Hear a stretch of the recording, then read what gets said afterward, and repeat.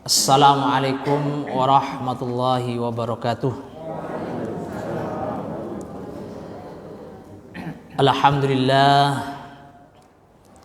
Alhamdulillahi rabbil alamin, wala aqibatu lil muttaqin, wala udwana illa 'alal zalimin.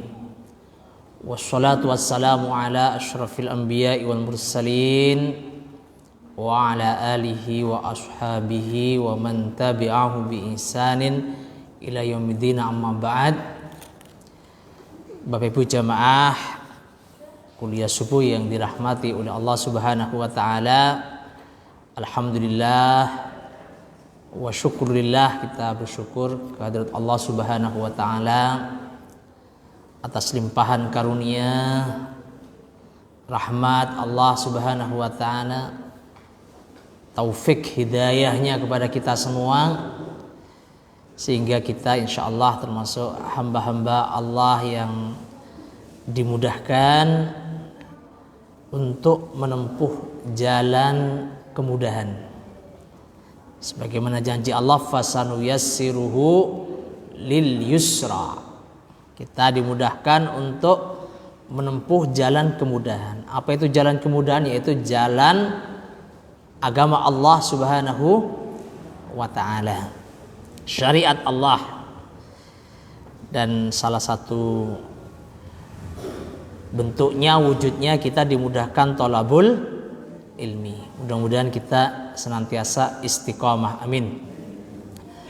Tak lupa salawat dan salam mudah-mudahan tercurahkan kepada junjungan kita Nabi Agung Nabi Muhammad sallallahu alaihi wasallam, sosok pribadi uswah hasanah yang kita teladani, kita cintai, dan kita senantiasa berharap kelak berada dekat dengan beliau di surga Allah Subhanahu wa taala, amin.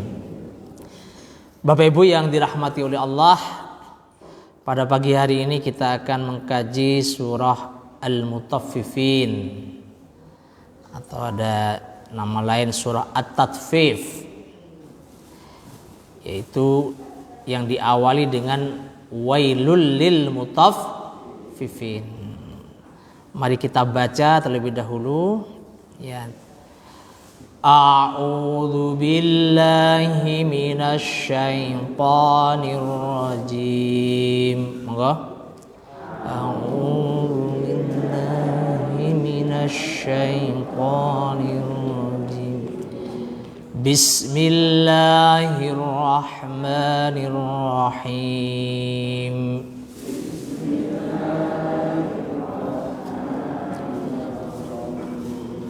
Wailul lil mutaffifin.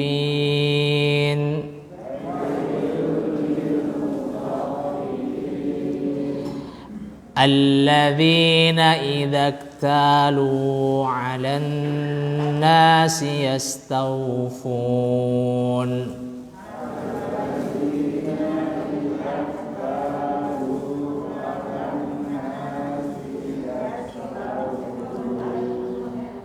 Wa idza kaluhum aw wazanuhum yukhsirun.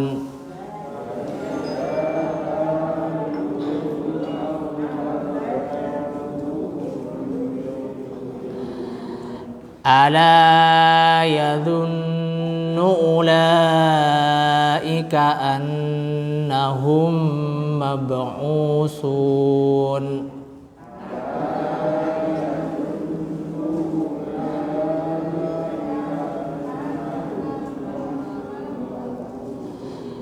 Liyaumin azim. Yauma yaqumun nasu li rabbil alamin.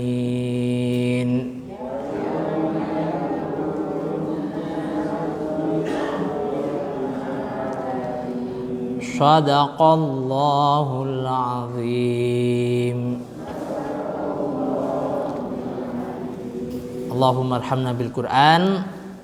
Bapak Ibu yang dirahmati oleh Allah, surah Al-Mutaffifin diawali dengan Wailul lil mutaffifin. Wail itu kalau dalam tafsir itu ada beberapa makna. Wail bisa bermakna nama sebuah lembah di neraka. Sehingga ini mengingatkan ancaman dari Allah akan adanya siksa neraka bagi orang-orang yang melakukan tatfif. Tatfif itu curang dalam berjual beli. Ya, mutaffifin. Wailun itu bisa juga doa keburukan. Wailak, celaka kamu. Jadi ini doa keburukan bagi orang-orang yang curang. Wail juga berarti celaan yang berat. Celaan itu bukan celaan di meripat yang dicela, dicela. Ya. Jadi dicela orang-orang yang curang oleh Allah Subhanahu wa taala, dicela.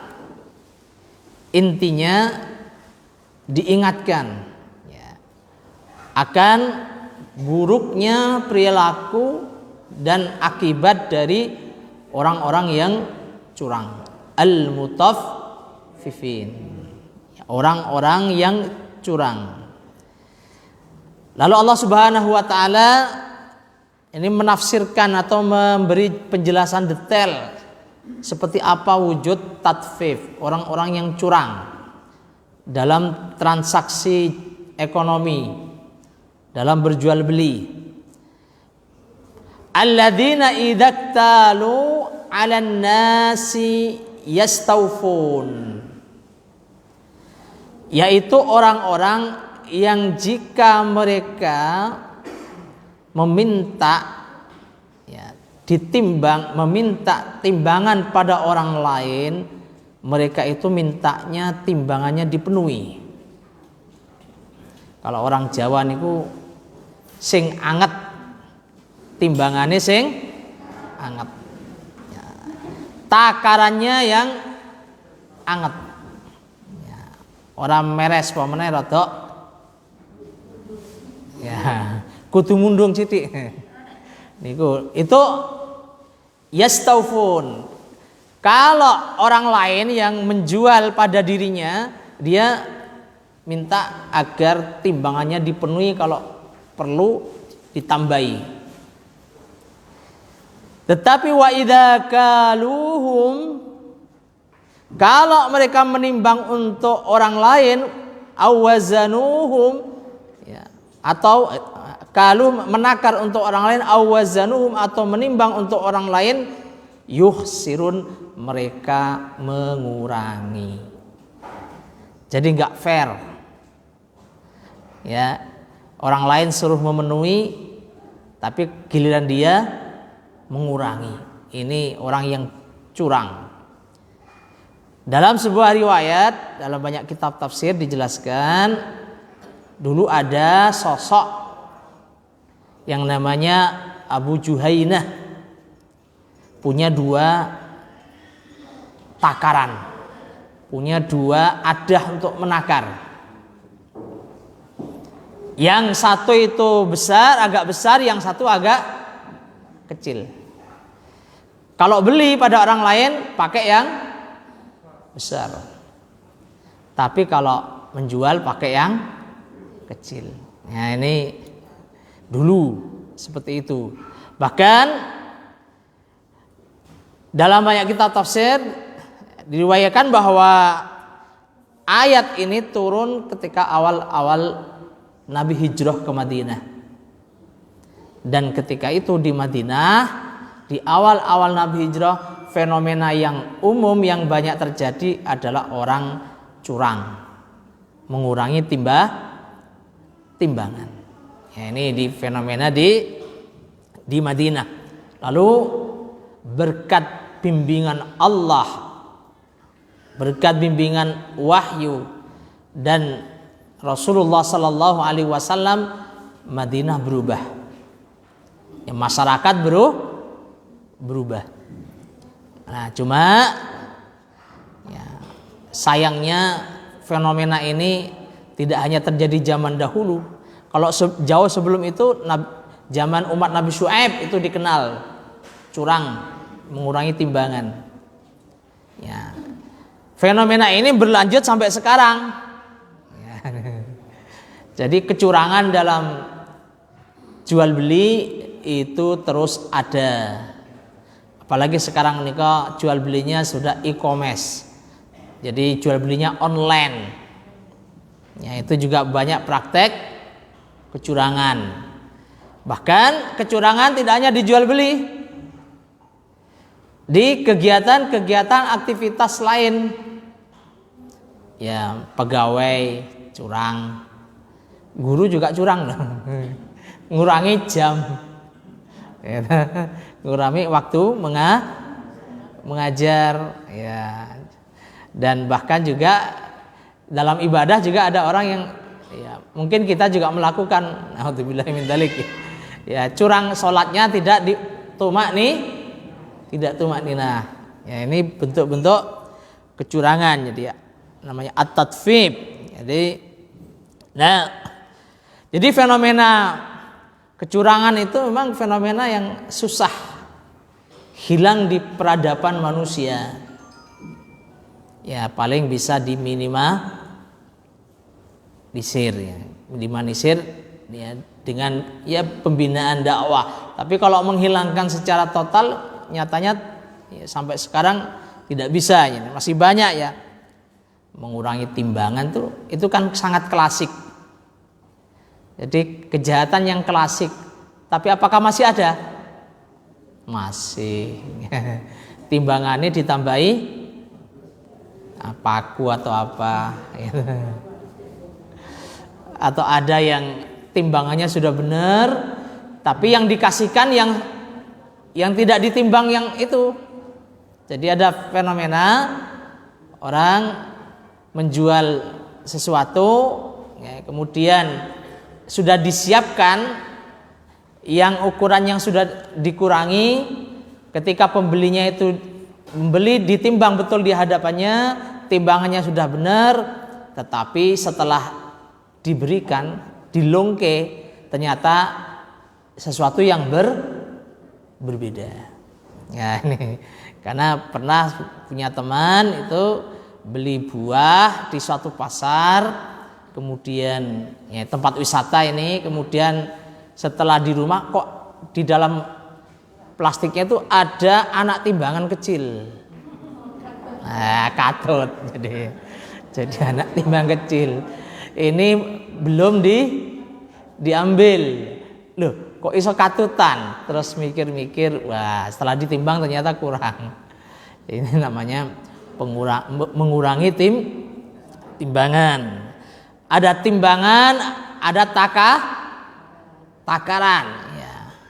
Kemudian juga ya, ada yang pakai meteran, dikurangi. Ya, udah menjadi rahasia umum. Kadang ada penjualan yang pakai meteran, misalnya bensin itu, ya ada yang dikurangi. Ya. Kalau nggak dikurangi, ini harus menjadi kesadaran anak-anak kita, saudara kita kalau bekerja di pom bensin. Bukan seringkali, hampir banyak tempat. Jadi masih sisa 500 rupiah sampai 600 sampai 700. Ya kan, pakai kelipatan 1000 itu. Jadi itu belum 25.000 tapi sudah dihitung 25.000. Ya, ini hati-hati ini. Itu mung sithik tapi kalau dikumpul ke ya 500 perak, kalau satu hari ada ya 100 transaksi udah berapa itu? Ya, ada banyak. Ya. Termasuk kalau di toko juga gitu, di toko ya, jujul ya, kembalian tidak diberikan sebenarnya. Mestinya itu diberikan, kalau tidak ada ya disampaikan. Tapi jangan kayak ada yang tukang parkir yang nakal itu. Ya ada yang saya apal itu kadang-kadang itu. Kalau di situ ngasih uang yang mesti dikembalikan, selalu bilang nggak ada kembaliannya. Padahal memang niat. Ya. Selalu bilang nggak ada kembalian, yang nakal. Ya, yang nggak nakal juga banyak. Jadi itu sesuatu yang kayaknya kecil tapi itu berlangsung terus menerus. Nah, itu termasuk bentuk-bentuk pengurangan. Ya, ada juga ya jual beli yang sifatnya takaran, pasir, sak rate, rong rate, sak truk, itu kan nggak ada ukuran yang takaran yang persis itu. Ya, kadang-kadang masih ada yang mengurangi. Bahkan ada istilahnya di kencing di jalan, diduk kise, ya, diambil. Termasuk minyak, ya, apa itu bensin macam-macam yang ukuran truk satu mobil itu sudah menjadi rahasia umum.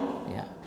Kadang ada istilah terjadi kencing di jalan itu, memang sudah kong kali kong antara sopirnya dan ya itu dan pegawainya dan lain sebagainya. Ya, kemudian gas disuntik, ya itu sudah menjadi rahasia umum. Maksudnya rahasia umum itu banyak terjadi. Ya, sehingga ini disebut, kalau istilah kerennya ya nggak keren sih, tapi istilah umumnya hukumnya disebut perilaku koruptif. Nah, perilaku koruptif itu kita harus menyadari sebetulnya itu menjadi budaya kita.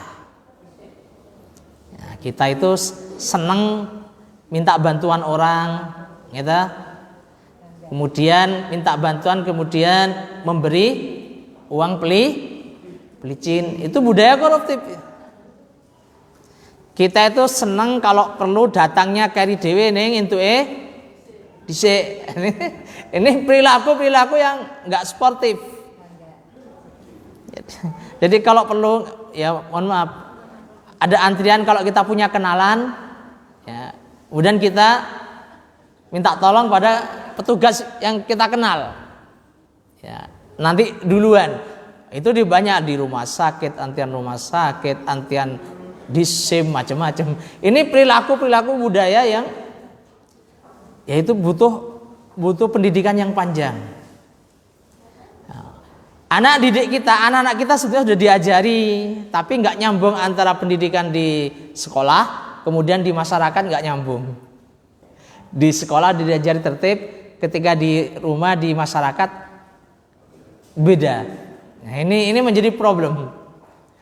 Ya, menjadi problem kita sebagai bangsa. Maka perlu terus disadarkan. Jadi pengurangan timbangan dan lain sebagainya. Jadi padahal Allah Subhanahu wa taala itu memerintahkan kita wa auful kaila wal mizan. Penuhilah takaran dan timbangan bil qisti, dengan adil, dengan tepat. La nukallifu nafsan illa wus'aha, tapi Allah memang tidak membebani manusia kecuali sesuai dengan kemampuannya. Ada hal-hal yang tidak harus persis tadi. Misalnya kalau beli pasir ukurannya sak terke sak mene kan nggak ada ukuran persis. Kalau mau ditimbang, ya itu menyulitkan. Ya. Kemudian ukuran truk kan tidak ada yang persis juga. Baknya itu berapa tingginya? Ya, tapi menjadi masalah kalau kemudian diatur kelihatan banyak. Nah, ini kecurangan. Di kelihatan banyak, di belakang itu kayaknya tinggi, ternyata di tengah. Ya, Ini trik-trik, itu trik-trik. Ya, itu menjadi masalah. Ya. Jadi tidak semua hal itu memang ada yang sifatnya persis. Jadi kalau yang menyulitkan sesuai dengan adat kebiasaan masyarakat tidak ada masalah. Cuma tadi intinya tidak boleh curang. Ya, jadi kalau dulu juga masa kadang ada ukurannya itu enggak pokoknya sepikul apa segendong gitu. Itu ada masalah. Jadi ukuran yang memang tidak pasti, tapi secara adat sudah dimaklumi ya sekian. Ya, tapi kalau niat curang ya bisa. Nah, intinya nih jangan curang. Ya. Jadi wa'uful kaila idza kiltum, juga kalau menakar adalah dipenuhi wazinu bil qistasil mustaqim, kalau menimbang dengan timbangan yang benar, yang lurus. Timbangannya, meterannya, ukurannya ditera dulu. Ya sayangnya kita belum ada. Kalau dalam pemerintahan Islam dulu itu ada namanya wilayatul hisbah. Jadi semacam dinas ya yang tugasnya itu ngecek. Sekarang ada tapi kayaknya mungkin fungsinya kurang efektif. Ada nggih? Ya ngecek timbangan di pasar, ngecek kecurangan. Ya, itu dicontohkan oleh Nabi ketika ada pedagang yang berjualan, Nabi memasukkan tangan beliau ke barang dagangan ya. Ya dulu, nggih. Kemudian kalau ada kecurangan yang atas kering di bawah basah, nah itu curang. Namanya ada wilayatul hisbah. Ya kita ada sebetulnya, cuma mungkin perlu ditingkatkan itu. Ada yang memeriksa daging mana yang gelonggongan, daging yang itu campuran antara sapi dan celeng. Ya. Jadi itu kecurangan yang banyak. Ya. Apalagi ya, ini juga termasuk perilaku koruptif, itu termasuk ya dalam menerapkan hukum itu harus ukurannya betul-betul tepat. Ya memang hukum itu ada hal yang celah orang curang itu sekarang istilahnya keyakinan hakim. Jadi kalau udah keyakinan hakim itu, kalau hakimnya lurus tidak apa-apa, memang harus keyakinan hakim. Dalam syariat Islam juga keyakinan hakim itu artinya ijtihad. Nah ini bedanya. Kalau dalam istilah Islam hakim itu ijtihad. Kalau hakim berijtihad itu salah masih dapat pahala. Tapi ijtihad. Tapi kalau seorang hakim itu sudah belum di sidang sudah ditarget, pokoknya terdakwa ini harus dihukum. Nah ini bukan ijtihad. Akhirnya kadang banyak semua keterangan-keterangan yang kemudian disampaikan nggak berarti, kalah dengan keyakinan hakim. Lah keyakinannya apa? Kalau keyakinannya fulus bahaya. Ya, keyakinannya takut jabatan itu, makanya memang jadi hakim itu berat. Maka perbandingan tiga hakim, yang 2 masuk neraka, 1 masuk surga. Ini bukan untuk menilai ada di pengadilan ada 3 hakim. Oh berarti hanya 1 hakim, bukan begitu. Jangan begitu. Ini fenomena umum. Kebanyakan hakim itu ya 1 tidak ngerti hukum. Ya, tidak tahu al-haq. Ya, artinya tidak ngerti itu bukan bodoh, bukan. Ya, kurang memahami persoalan hukum sehingga menghukumi dengan salah. Jadi menghukumi salah. Ya bayangkan ada koruptor dengan pelanggaran prokes, itu kok hukumannya banyak pelanggaran prokes itu kan. Itu kan kemungkinan nggak ngerti hukum. Ngertinya hukum hanya teksnya, bunyi pasal-pasalnya. tapi tentang prinsip keadilannya. Ini mungkin belum filosofinya, mungkin belum sampai. Ya, yang kedua yang ini ngerti hukum tapi menyimpang. Ya ngerti jane. Ya tidak adil kalau pencuri ya ayam itu dihukum sampai sekian tahun, koruptor hanya sekian bulan. Ini nggak adil. Ya, jadi inilah yang menjadi problem. Ya, tapi bukan berarti ini juga jangan jadi hakim, tidak. Kalau nggak ada yang jadi hakim terus itu fardu kifayah, harus ada yang jadi hakim. Kita punya anak kita, yang penting dibekali. Ya, jadi bukan kok nggak boleh jadi hakim, nanti bahaya kalau nggak ada yang jadi hakim. Ya, lalu ya, di dalam sebuah hadis ini, kalau baca hadis ini sebetulnya ngeri-ngeri sedap nih Kak. Di hadis yang diriwayatkan oleh Al-Hakim dan Baihaqi dan dinyatakan sahih oleh Imam Al-Albani, ya meskipun bukan Bukhari Muslim, tapi ini hadis ini menyatakan akan ada bencana, 5 bencana disebabkan oleh 5 perbuatan yang menyimpang di masyarakat. Ini khamsun bi khamsin. 5 bencana akibat 5 hal. Apa itu? Yang pertama, kalau di masyarakat itu terjadi perbuatan fahisyah itu perbuatan keji yang mengarah pada perzinahan. Ya. Jadi pergaulan bebas, ya perilaku seks menyimpang. Kemudian dan itu dilakukan secara terang-terangan.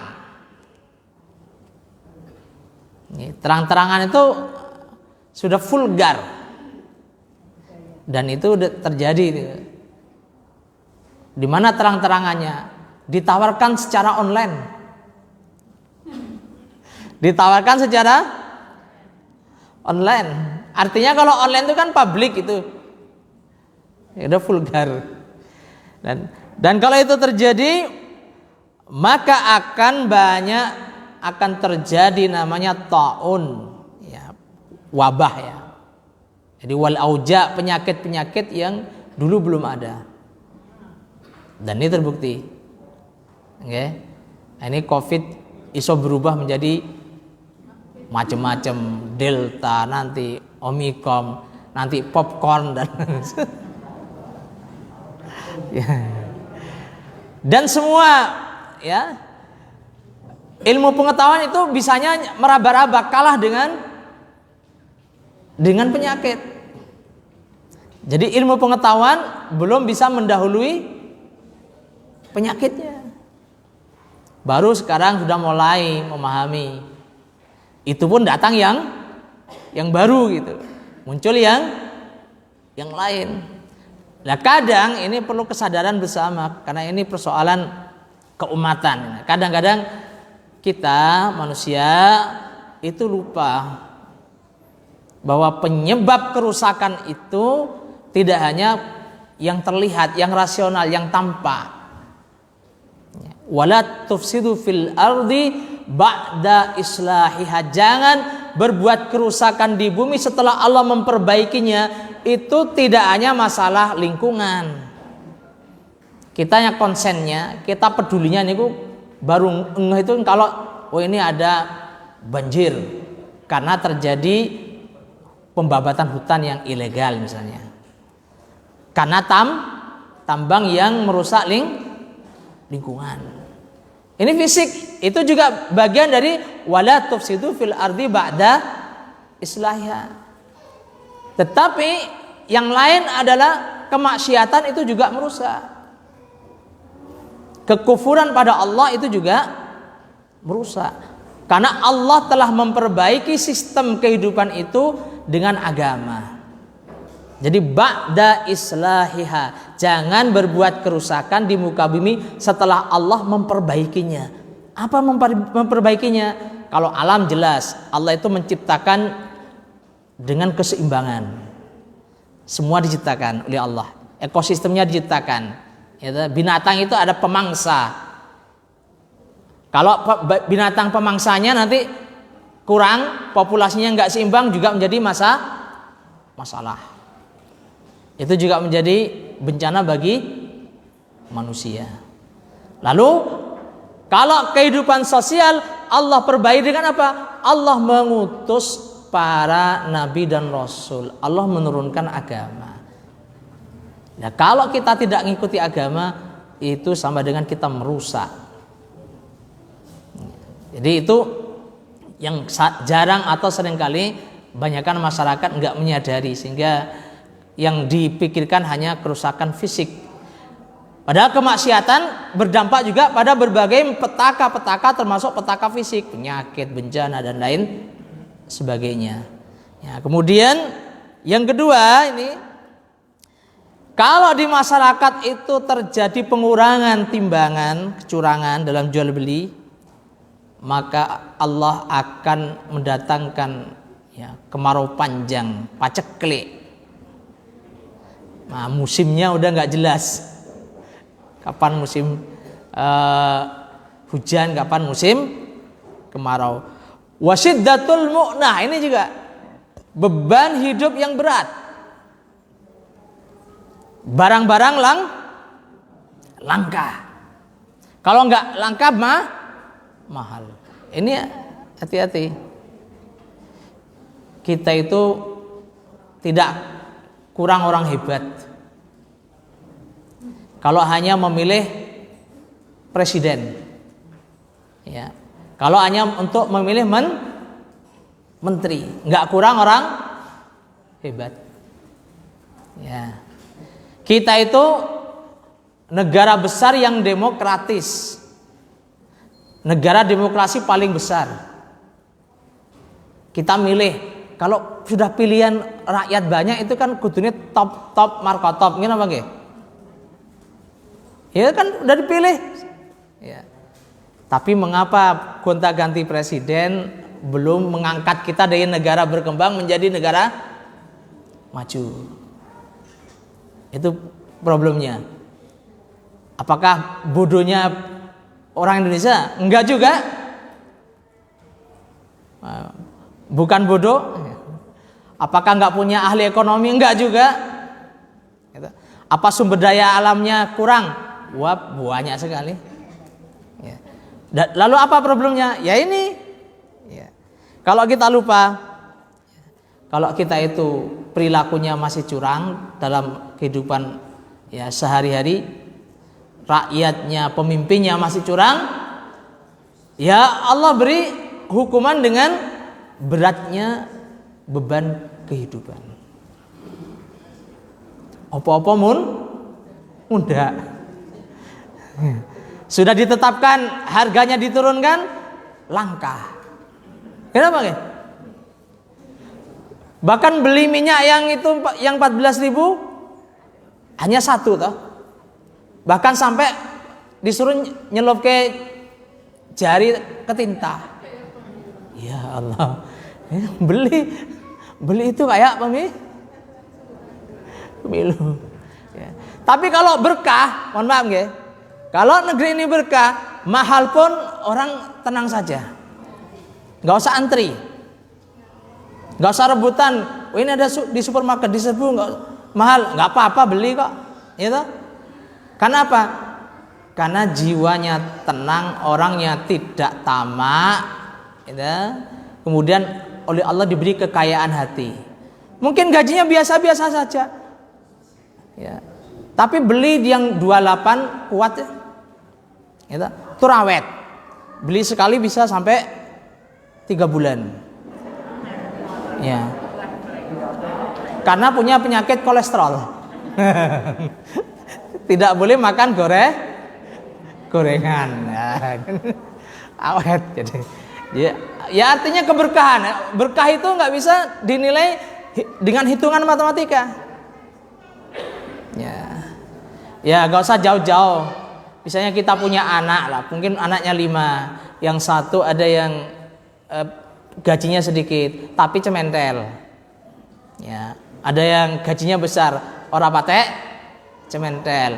Ada yang lebih besar lagi, mumet terus, sambat terus. Utangnya oke. Ini kan nggak bisa diukur secara ukuran matematik. Itu namanya keberkahan. Ya, ini barokah. Lah, kalau kita menjadi masyarakat yang sekuler, tidak akan memahami keberkahan dan tidak akan percaya. Ini menjadi problemnya. Jadi kalau agama itu dipinggirkan, ya masyarakatnya sekuler. Ya, ini akhirnya tidak ada keberkahan. Ya, ini masih banyak yang lainnya. Ya, ada 5. Ada kemudian kalau tidak mau membayar zakat, juga Allah akan menahan hujan. Ya, kalau masyarakat tidak bayar zakat, Allah menahan hujan. Jadi kemarau. Kalau hujannya ada, banjir.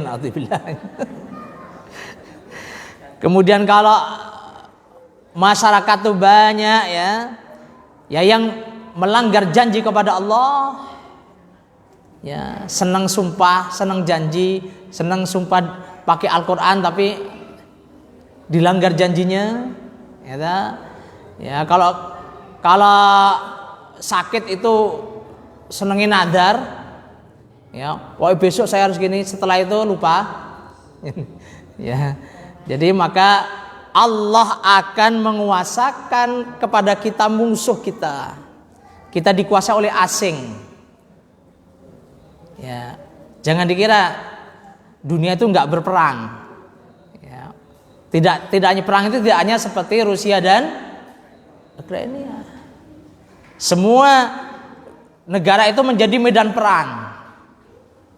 Ya, di Indonesia itu orang asing perang antara kekuatan yang timur, yang barat. Perang.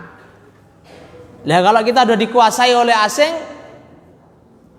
oleh musuh-musuh kita yang tidak menginginkan kita maju, apalagi umat terbesar. Jadi banyak ya musuh-musuh Islam yang nggak ingin negara Islam itu maju. Ini nggak ingin. Jadi oleh karena itu, kalau kita tidak kembali kepada Allah dan Rasulnya, kepada ajaran Allah, pada agama, ya udah, ya monggo gitu. Tapi tunggu kehancurannya, termasuk kalau masyarakat kita sudah mengabaikan hukum-hukum Allah, ya tidak lagi memperhatikan hukum-hukum Allah, maka Allah akan menjadikan petaka itu di antara masyarakat, di antara kita. Ya, jadi saling sikut kanan kiri, ya, cebong kampret, kadrun kidrun dan seterusnya. Udah perang terus, nggak ada selesai-selesainya. Dan itu sudah muncul fenomena itu. Ya, tentu kita punya harapan dengan dakwah terus. Ya, kita untuk terus membenahi kehidupan kita bersama. Jadi ini yang baru di dunia. Lalu Allah Subhanahu wa taala mengingatkan orang-orang yang curang itu, ala yadhunnu ulaika annahum mab'usun. Ala yadhunnu, tidakkah mereka mengira bahwasanya mereka itu akan dibangkitkan. Ini informasi tapi sekaligus wa'id, ancaman. Ya, jadi pemberitahuan tapi sekaligus ancaman. Ya. Jadi orang-orang yang curang itu karena mereka tidak memikirkan tentang kehidupan akhirat. Lalai, lupa. Mungkin kalau pas pengajian kelingan, ketika berjual beli lupa. Ya. Maka Allah mengatakan ala yadhunnu orang nggak usah yakin, menyangka saja, ini orang sudah bisa mengontrol dirinya. Baru menyangka. Menyangka itu begini, kenapa nggak curang? Ya saya itu orang bodoh, tapi saya takut meskipun saya nggak tahu apakah akhirat itu piye tenane, ya kan? Tapi tetap saya takut kelak di akhirat. Itu namanya orang menyangka. Punya ya, keyakinan tapi belum kuat. Apalagi kalau menyatakan saya yakin akhirat itu pasti terjadi. Besok akan begini. Sebagaimana dalam Al-Quran dan As-Sunnah. Apalagi kalau gitu. Tapi keyakinan itu bukan di lisan. Ya, maka inilah pentingnya penguatan keimanan tentang hari akhir. Di dalam Al-Quran maupun hadis banyak disingkat. Iman itu tidak 6 langsung amanu billahi wal yaumil akhir. Ya, karena keimanan kepada hari akhir itu menjadi faktor orang untuk taat pada Allah atau tidak. Ya, bahkan dalam perpolitikan kita itu, ya, kan ya politik ideologi. Ya, ada ideologi Islam, ada ideologi yang lain. Nah, kalau dipeta-petakan ya ketemunya nanti di sini juga. Ini orang orientasinya duniawi, ya. Ada yang blok yang orientasinya ya ukhrawi. Dan itu terus terjadi pertarungan itu. Ada yang ingin dunia ya dunia udah. Bahkan muncul statement yang masih harus diperjelas ini, memisahkan antara politik dan agama. Ya, ini yang memberikan masukan apakah lupa atau gimana? Ya. Padahal bagi orang yang iman pada Allah dan hari akhir tidak akan dipisahkan semua lini kehidupan. Ya. Yang nggak boleh itu adalah memolitisasi agama, nggak boleh. Tapi kalau politik itu dinaungi oleh agama, politik itu dibimbing oleh agama, itu harus. Ya semua, jangan kan politik tidur aja dibimbing kok. Gitu. Buang air saja, buang hajat aja diatur. Nah kalau memolitisasi ini bahaya. Politisasi begini, nek Arab pemilu pakai ayat, gitu. Tapi kalau sudah jadi lupa ayat, ya, ini, gitu. Nek Arab pilihan kemudian aktif pengajian. Ya. Kalau sudah selesai, udah nggak peduli. Nah, itu kan hanya memolitisasi agama. Ya. Bahkan yang lebih dasar lagi, ya, nyebrang agama lain, gitu. Ya, non Muslim tapi datang ke pengajian. Bukan ke gereja non Muslim. Kalau orang Kristen ya harus ke gereja. Maksudnya non Muslim datang ke komunitas Islam, pakai surban, pakai identitas Islam, ini udah nyebrang. Ini namanya mempolitisasi agama. Ini yang lebih dahsyat.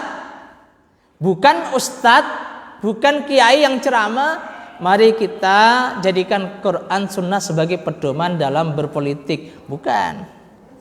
Ini kadang kewalik. Ini yang dianggap mempolitisasi agama. Sementara yang nyabrang ya, tidak dianggap mempolitisasi agama. Akhirnya kadang kita bingung. Ya wis karep mulah gitu. Jadi karep mulah ya. Jadi itulah ya, pertarungan ya, dakwah al-haq dan batil itu terus terjadi. Ya, jadi pertarungan, nah bukan berarti harus perang. Pertarungan kita harus terus konsisten menyampaikan nih. Jadi Allah Subhanahu Wa Taala nih mengingatkan ini. Jadi bahwasanya manusia itu kelak akan bangkitkan. Kalau di dunia bisa lolos, ya, sama-sama menimbun ya, menimbun kan juga larangan Islam, namanya ihtikar. Ada yang menimbun ribuan ton, itu enggak kena jerat hukum. Ada yang nimbun sedikit, langsung cidok, langsung proses hukum. Udah nimbun baru sekali. Kemudian dia bukan pengusaha ya orang hanya penjual ya, baru ya pedagang kecil, tapi memanfaatkan kesempatan langsung kena. Ya. Jadi itu di dunia bisa lolos. Ada yang pesta hajatan besar nggak ada masalah. Udah rakyat kecil udah diunek-unek ke Satpol PP di proses hukum kena denda ya. Wis dibubar ke hajatannya ya. Itu di dunia ya. Di akhirat nantilah pengadilan Allah Subhanahu wa taala. Maka ada namanya Yaumuddin, harinya agama, hari pembalasannya itu ya, adil. Nah, ini diingatkan ya. Jadi dan itu besok itu disebut dengan liyaumin azim, hari yang dahsyat, hari yang ahwaluhu ya, ahwal itu petakanya, kedahsyatannya ya apa nggih istilahnya itu ya, peristiwa yang kegemparannya nih, gempar yang menakutkan itu luar biasa. Baru dibangkitkan sudah digiring ke padang mahsyar, dan tidak ada yang berbaju, yang punya jas nggak dibawa, ya orang yang di Eropa yang biasanya bajunya tebel ya nggak bisa, semua telanjang badan, telanjang kaki, nggak ada yang pakai sandal, semuanya. Dan masing-masing orang nanti di situ nasibnya berbeda. Ada orang yang tenggelam dengan keringatnya, naudzubillahi min dzalik. Ada yang sampai leher, ada yang dada. Nah ini, lah orang-orang yang hidupnya penuh dengan kecurangan, naudzubillahi min dzalik. Belum nanti kalau sudah di siratul mustaqim. Ya. Belum nanti kalau sudah waji'a bi jahannam, kalau sudah dimasukkan ke dalam jahannam. Maka orang-orang kafir bisanya menyesal. Orang-orang yang disiksa oleh Allah bisanya menyesal. Kalau bisa balik lagi. Ya. Kalau enggak ngerti gitu dulu jadi tanah saja. Ya laitani kuntu turaba. Jadi sangat menyesal. Tapi penyesalan sudah tidak berguna. Oleh karena itu mumpung kita belum menyesal, ya anak-anak kita, saudara kita, ya kita orientasikan hidup ini ya untuk akhirat. Wabtagi fima atakallahu daral akhirah. Jangan punya orientasi dunia, karena dunia itu sumber kerusakan. Kalau sudah dunia ya udah rusak, politik apapun itu ya politik ya agama aja rusak karena dunia gitu. Kalau orang hanya untuk dunia semuanya rusak. Maka kita kuatkan keyakinan tentang akhirat dan kita jadikan kehidupan dunia itu adalah sawah ladang untuk membangun akhirat. Jadi kalau dalam istilah psikologi itu ya hidup itu yang bermakna. Yang paling bermakna itu orang kalau sudah istilahnya itu melakukan sesuatu itu, kalau konsep barat memang bukan akhirat ya, tapi beyond di luar materi. Jadi itu orang yang paling bahagia dalam konsep psikologi barat. Jadi kalau kita itu masih pengen imbalan materi, itu hidupnya enggak meaningful istilahnya. Ya, tapi kalau orang yang sudah dia itu berbagi, banyak berbagi orang ya, memberi dan sudah di luar keinginan materi, itu orang yang paling bahagia. Memang dalam konsep barat belum kenal kepada akhirat. Lah Islam punya. Kalau orang itu menjadi, mohon maaf, ya, menjadi guru, apalagi di perguruan Muhammadiyah ya. Ya, saya melihat itu kan alhamdulillah ya. Satu sisi juga ya kita berdoa supaya kesejahteraan terus meningkat, tapi satu sisi ya alhamdulillah sekolah-sekolah hebat-hebat guru-gurunya gajinya enggak seberapa. Ya. Gajinya enggak seberapa. Kenapa? Kayaknya punya ruh. Kalau mikir gaji mending pekerjaan yang lain itu. Ya. Mending pekerjaan yang lain. Tapi karena semangat bahwa menebarkan ilmu, menyampaikan ilmu itu adalah ibadah, itulah. Ya. Balasannya siapa? Gusti Allah yang balas. Ya. Di akhirat, kelak. Nyatanya nggak ada yang melarat. Gimana bang? Iya betul. Jadi saya itu RT. Meskipun pada akhirnya, jadi bingung saya. Banyak guru-guru. Dia itu GTT, guru tele. Kita bingung. Ini nek ukuran gaji, dia masuk miskin. Nek ukuran gaji. Tapi kalau ukuran gaya hidup, enggak miskin tuh. Bukan gaya hidup pamer mobil enggak. Gaya hidupnya bahagia, kewajiban warga wajib dilakukan, ora tau nunggak gitu. Artinya sekolahnya anaknya bisa sekolah cukup lah. Ya. Ini kalau yang misalkan ditanya jenengan masuk, ya nggak jawab. ini masuk miskin apa enggak, kita bingung ini. Ya. Kalau ukuran gaji, tapi jangan ukuran rumah loh. Ya. Karena biasanya itu karena berkah bisa bangun rumah meskipun yang bangunkan orang tuanya gitu. Ya, atau apa, tapi ukuran gaji itu ini gajinya di bawah UMR. UMR aja enggak nyanda. Tapi perilakunya bukan perilaku orang miskin. Nah, ini namanya keberkahan. Sehingga enggak ketemu dapat bantuan Covid itu. Ya, dapat yang 300 gitu. Enggak ketemu saya. Ini apa ini? Guru. Ya. Yang kedua juga psikologi masyarakat, mosok guru melarat. Emang guru gajinya berapa? Kalah dengan tukang, kalah dengan kuli. Ya, itulah namanya keberkahan beruntungnya kalau menjadi guru. Ya, karena guru itu menebarkan ilmu. Ya, jangankan malaikat, ikan-ikan saja mendoakan kebaikan untuk guru. Ya, maka kita harus menjadi guru, nggak harus di sekolah. Ya, guru untuk anak-anak kita, ponaan kita, siapa ya, mengajarkan ilmu. Jadi, Bapak-Ibu yang rahmati Allah Subhanahu wa taala, pada hari Yaumun Adzim itu semua besok akan yauma yaqumun nas lirabbil alamin. Semua akan menghadap Allah Subhanahu wa taala. Pengadilan Allah yang sangat dahsyat. Mudah-mudahan kita selamat ya dari ahwalul akhirah.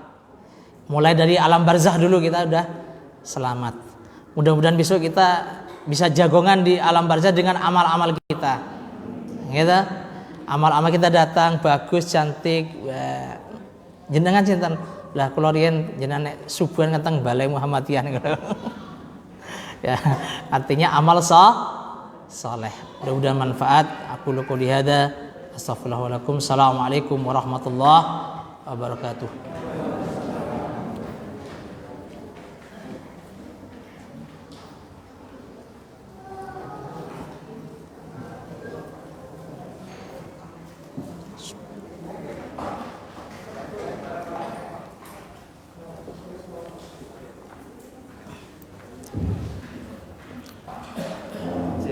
Terima kasih kepada Ustaz Abdul Karim yang telah menyampaikan kajian pada materi ini, yaitu tafsir surah Al-Mu'min ayat 1 sampai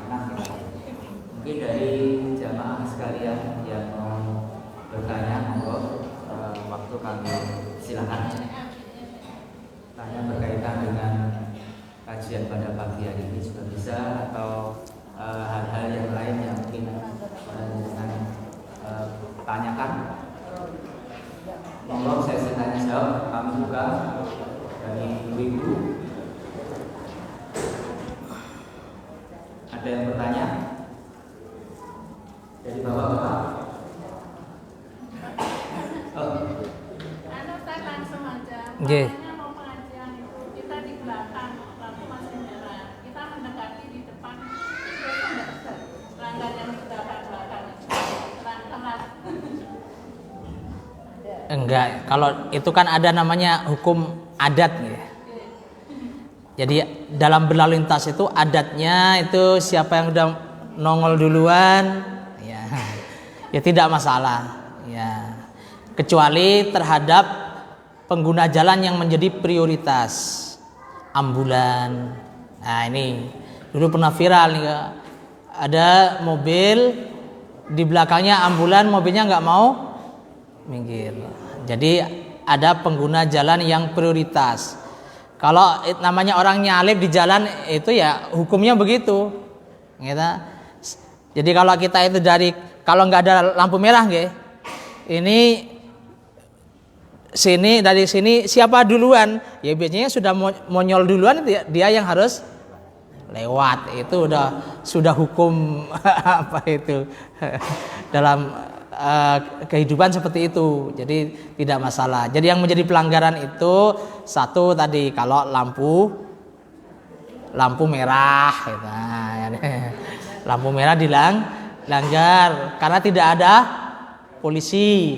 Ya, ini pelajaran yang penting, apalagi kadang-kadang nganter anak kok ngajari anaknya ngelanggar aturan. Ya, jadi aturan itu ya untuk diikuti ya, supaya kita itu peradabannya maju. Kalau di Jepang itu ya, kenapa Jepang itu? Karena Jepang itu anak-anak sekolah itu sudah diajari cara berlalu lintas yang baik, cara naik kendaraan. Di kita itu, mohon maaf saya kemarin masih terjadi, tapi bukan kendaraan, di lift hotel gitu. Saya nabrak orang. Nah, kenapa? Mestinya kalau ada lift buka itu tunggu ada orang yang keluar apa enggak. Jangan yang mau masuk dulu. Jadi aturan itu enggak tertulis gitu. Aturannya dahulukan orang yang lebih prioritas yang keluar dulu baru masuk. Sama di kereta juga gitu. Ada orang mau keluar, kita mau naik, kita udah naik duluan, jangan. Ya, kalau di negara-negara Asia yang sudah belajar itu diberi tanda ini, bahkan ditulisi yang keluar dulu, ada yang ngatur. Kalau sudah itu nanti tertib, sudah terbiasa. Jadi kalau kita itu mau masuk ruangan apapun tuh lift, gitu, kendaraan umum, dahulukan yang keluar. Nah, ini aturannya nggak tertulis. Kemudian di negara-negara yang sudah maju, yang sudah teratur itu, misalnya di kendaraan umum, ya di kereta itu ada tulisan khusus ibu-ibu dan orang tua, ibu-ibu menyusui, orang tua atau apa yang punya anak itu, meskipun itu kosong, nggak akan ada yang berani. Itu di negara. Tapi kalau di kita nggak peduli itu, ya jadi itu aturan-aturan yang harus diperhatikan. Orang-orang yang tua itu harus didahulukan di kendaraan umum yang seperti itu. Ya, pejalan kaki, pedestrian itu didahulukan. Jadi kalau kita di negara yang sudah terbiasa begitu, jalan kaki itu merem aja nggak akan ditabrak. Betul nggak? Ya, kalau saya pernah sekali mengalami itu, karena seperti di Pasar Kliwon itu di depan masjid apa itu Rodotul Jannah yang ada lampu merah hijau tuh, kita kan pijet di situ. Tapi meskipun sudah pijet, hati-hati, tetap ngeyel. Ya karena tahu Allah kuwi lampu ini wong sing arep nyabrang. Nah, tapi saya pernah di Singapura itu lampunya hijau untuk berjalan kaki, tapi ketika saya sudah di tengah-tengah atau merah, saya mundur. Belum tengah sebenarnya, agak saya mundur itu. Ternyata mobil-mobil mandek dan buka kaca mempersilahkan. Ya, jadi padahal saya sudah mundur. Artinya kalau kita, sudah mundur, dia bablas. Sana enggak, padahal lampunya sudah hijau bagi mobil. Nah, saya langsung, wah kalau negara yang sudah tertib itu kayak gitu ya. Itu. Jadi karena pedestrian itu, pejalan kaki itu nomor 1. Ya, jadi baru yang lain. Jadi seperti itu, Ibu. Wallahu a'lam bishawab. Jadi ada lagi dari Bapak-bapak yang mau menyampaikan pertanyaan. Sampai siang udah. Ya, kalau tidak ada yang bertanya, sebelum kami tutup, ada